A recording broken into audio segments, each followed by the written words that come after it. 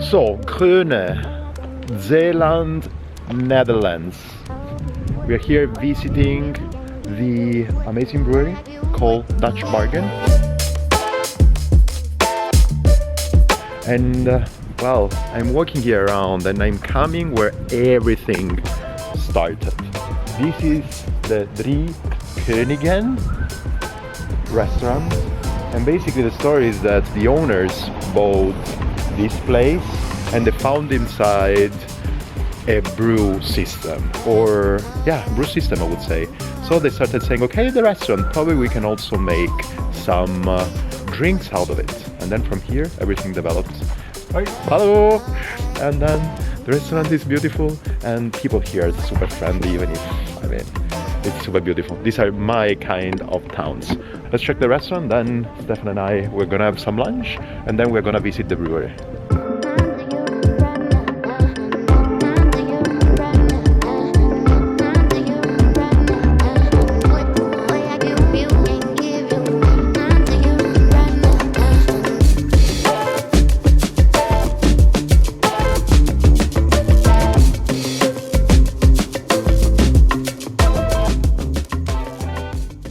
We are in the South Zeeland, Netherlands, and today we are visiting Dutch Bargain.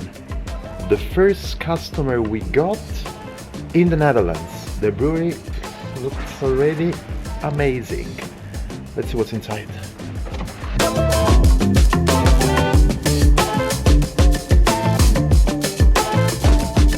So, I'm here today with Thibo, Dutch Bargain. Yes. Hi. I mean, I can say that because you are our first customer in the Netherlands. All right. Yeah, I talked yesterday with Mark and he told me, yeah, we are good on doing new things. Yeah, and made the yeah, first yeah. ones. So show me around a bit. Yeah, welcome. Apart from, look at that. People, this is drinks, all your beers, right? Yeah. So we have a little shop here with all the different kind of beers. Yeah. We make a lot of special beers, or a lot of different beers. So yeah, let's see around. So yeah, we're here already. It's the brewery, so the brew house. Let's say I'm brewing today also. Yeah. So we're. It smells super good. Yeah. We just finished boiling. So we did a cold IPA today. Okay. So yeah, this is a 1,000-liter electrical brew house. You can see it's already dented. It's not a new brew house, but it's used. Yeah, it's used. Yeah. It's a third-hand brew house, but it works perfect. It's like an old German brew house. So, like I always say, 60 years ago, the Germans already knew how to brew beer. So even 600 years ago. Yeah, exactly. So this is like a two-vessel system. So we have the hot liquor tank. And then we have our mashing and lautering kettle. You see here, and you can go on the ladder. Yeah, let me see if I'm gonna jump out. Oh yeah. It's like a false bottom. So we mash in here, so the grains go in here, and then we lauter it through to the boiling kettle. Okay. So it's separate tanks. So now it's finished boiling, and then we separate it through this machine. Yeah. So it takes all the particles out before we cool it down with this one. Yeah. So because we just boiled at 100 degrees, we need to cool it down to 20 degrees for fermentation. Yes. So we cool it through here, then it goes through the piping to the fermentation. Let's see to the fermentation. So before, when we jumped in, Thibo, there was a huge noise. Was it a centrifuge, right? Yeah, so that's the separator. The separator down there. So it's like spinning at 12,000 RPM. Okay. So and it uses centrifugal forces to get all the particles out. That makes sense. Sense. Yeah. So if you see here closer, actually, so it comes in here on top. Yeah. And so this one is spinning very quickly. Yeah. And then it shoves all the bigger particles to the side, and then they come here. Yeah. And then they just release it here. Perfect. And then the clear words is coming through this. Makes sense. Another thing that I want to ask you, and I can ask you while walking, you were telling me then that this is electric. Yeah. And everything here is electric. Yeah, exactly. So we have this big building with a big roof, and it's pointed to the south. So we have the sun. Like today, it's like a super rainy day, but yeah. normally we have a lot of sun. So with like solar energy on the roof, we get and also here there is a kitchen, people, you can see. Yeah. Also here, everything electric. Yeah, so induction, also like the oven, everything is electric. So yeah. So let's move forwards. Yeah. So we have this big bar, it's full concrete. Yeah. So yeah, we poured this one ourselves.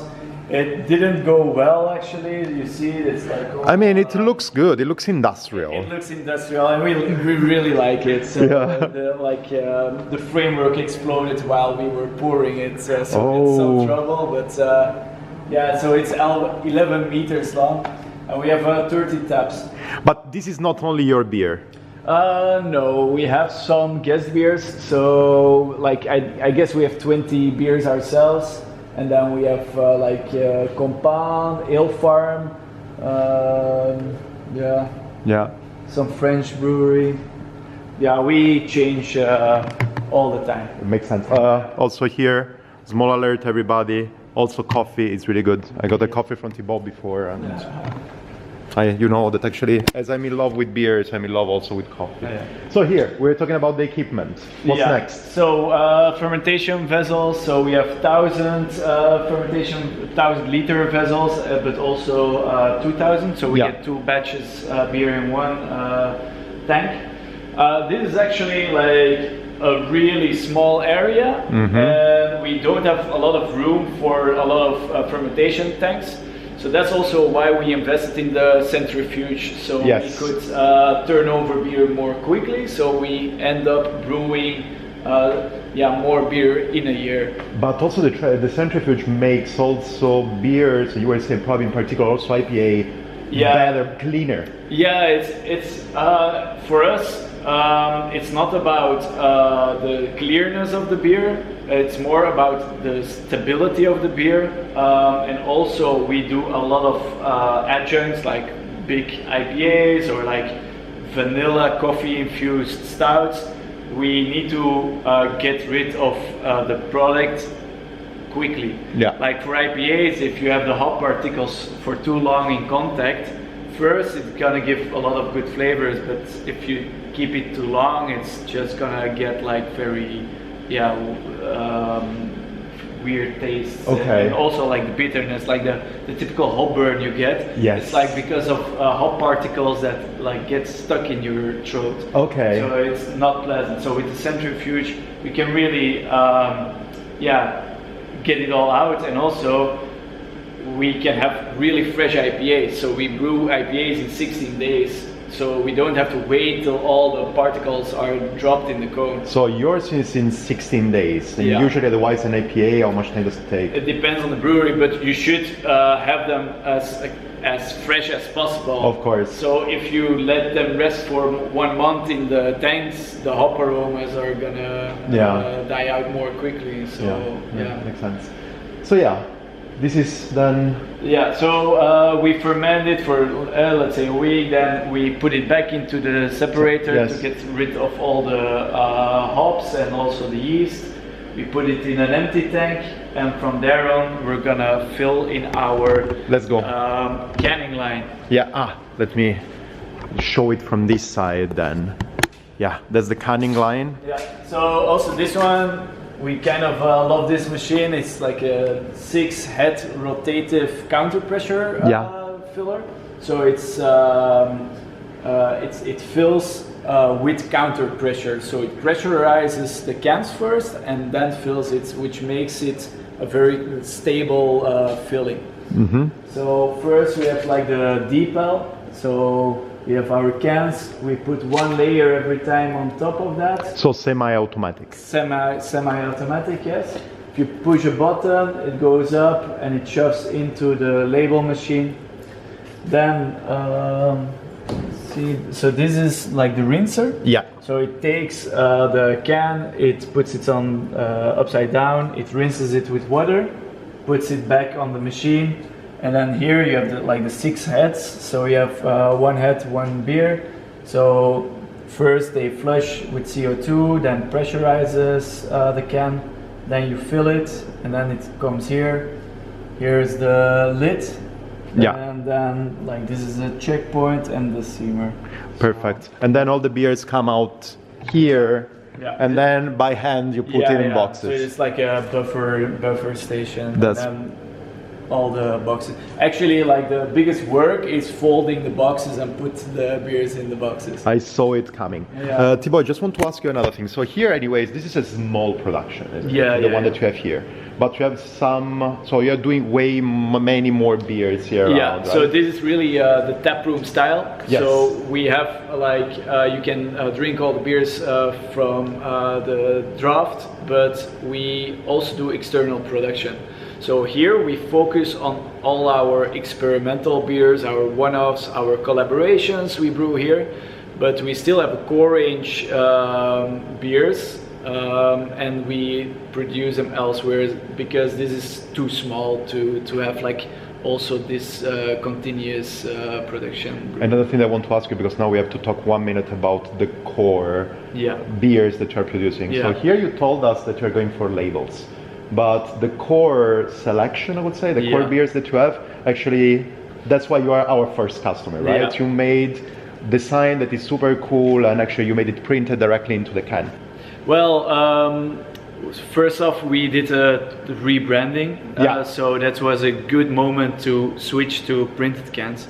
Also, like when we started, we had bottles and they were full sleeved. So it was already a conscious concept for us to be different and don't have like bottles with the labels, but go for a full sleeve, and also the sleeve would go over the cork. Yeah. So, and it made it pretty unique. And with the rebranding, we were doing already more and more cans. So we were thinking the rebranding, like how should we make the cans unique? Yeah. And we were almost finished with the rebranding when Chep came in contact with you guys, and we changed everything. Are you happy with it? Yeah. Also, we can show it. Like the texture of it is super nice. So we had the choice of 3 different finishes, but like also, it just feels also really cool. In your hands. Like that feel for me is really unique. It's really cool. Yeah, that's nice. The last thing that I want to ask you here is really about beers. I know that actually Dutch Bargain is super strong in collaborations. Yeah. How does it work? The funny thing is I'm from Belgium. I'm a Belgian brewer, so I'm schooled in Belgium, and I used to work in a big Belgian brewery. Yeah. And for me, it's actually funny to get into this craft scene in the Netherlands. Yeah. It's complete different thing than what I'm used to in Belgium. But for me, it gave me the opportunities to be even more creative, because the Dutch market is really open for innovation, way more than the Belgian crowd. So I'm really happy to have like the knowledge of big industrial brewing and then come to this nice community where we can really experiment. Yeah. And I think like the reason I fell in love with the beer and beer brewing is because it's so like you make friends while you're drinking beers, you tell stories while drinking beer, and for me that's like a big nice thing, and that's why we also like to do collaborations, because it's so fun to share your knowledge and your ideas. And doing something new. Yeah, and it's just super fun. Absolutely. That's actually the main reason why we are doing this. Well, hey there. After this amazing day here at the Dutch Bargain, I think I'm heading home to Zurich, and I'm gonna drink one of those. It's an alcohol-free beer, not because I need to drive far, fortunately it's Stefan driving, but just because my nutritionist told me that I need to stop drinking because my weight is going all over the roof. Not that I care so much, but my bicycle can suffer. Cheers, people. La, da, da.